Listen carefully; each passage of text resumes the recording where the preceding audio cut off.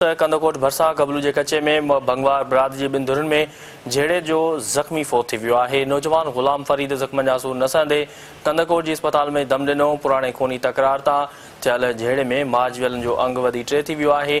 उन खां अॻु नौजवान मेहार भंगवार ऐं औरत आली ख़ातून बि गोलियूं लॻण करे माज विया हुआ। अवांखे आगाह करे रहिया आहियूं झेड़े जे हवाले सां कंदकोट भरसा कबलू के कचे में भंगवार बिरादरी जी 2 धुरनि में झेड़े जो ज़ख़्मी फ़ौत थी वियो आहे। नौजवान ग़ुलाम फ़रीद ज़ख़्मनि जा सूर न सहंदे कंदकोट जी अस्पताल में दम ॾिनो।